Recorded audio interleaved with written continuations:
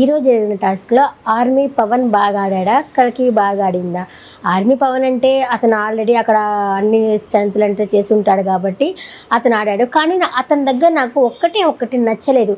వాళ్ళ team leader పడే పడే పడే పడే అని 100 సార్లు చెప్తే పడేసినాడు. అది పడేయడం నచ్చలేదు. ఎందుకంటే తనకంటే ఒక ఇది ఉండాలి కదా, తన ఆలోచన ఉండాలి కదా. పడేయడం నాకు నచ్చలేదు. ఇంకా కల్కి అయితే సూపర్ అబ్బా, ఇతనికి బాగా స్ట్రెంత్ ఉంటుంది, నేను కాదని చెప్పలేదు. కానీ ఈ అమ్మాయి కల్కికి ఒక్కటి నేను గెలవాలా, వాళ్ళ చేత బ్యాడ్ అనిపించుకున్నాను, ఎలా అయినా సరే గెలవాలా అన్న పట్టుదల ఉంది చూసావు. ఆ పట్టుదలకైతే హ్యాట్స్ ఆఫ్ అని చెప్పచ్చు.